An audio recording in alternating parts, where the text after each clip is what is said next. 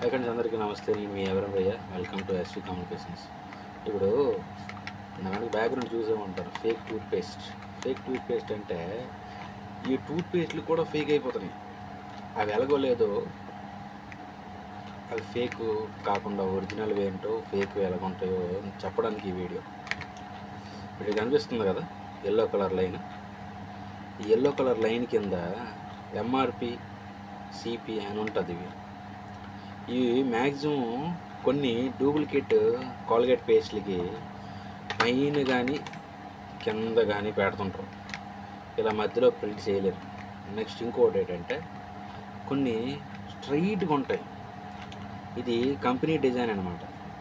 ఈ ప్రింట్ అనేది కంపెనీ కొన్ని క్రోర్స్ ఖర్చు పెట్టి ప్రింటింగ్ మిషన్స్ కొని ఉంటారు. వాళ్ళు ఈ మధ్యలో క్రాస్గా వేయగలరు. కానీ డూప్లికేట్ పేస్ట్ తయారు చేసే వాళ్ళు ఇలా క్రాస్గా వేయలేరు. నెక్స్ట్ ఇంకోటి ఏంటంటే వీలైనంత వరకు దీని వ్యాలిడిటీ, అదేవిధంగా దీని స్టేజ్ 30 grams ఈ డిక్లరేషన్ మీరు కరెక్ట్గా ఇచ్చేస్తే మ్యాక్సిమం దాంట్లో కొన్ని డిఫరెన్స్గా ఉంటాయి.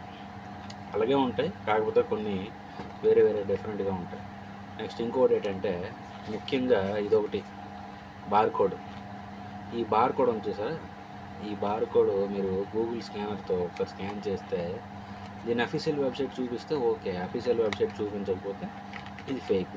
కాకపోతే ఇది అఫీషియల్ వెబ్సైట్ చూపిస్తుంది. ఇప్పుడే మా షాప్ నుండి తీసి ఇప్పుడు వీడియో చేయడం జరుగుతుంది. ఓకే, మీకు తెలిసిన వాళ్ళకి షేర్ చేయండి ఖచ్చితంగా. Thank you for watching.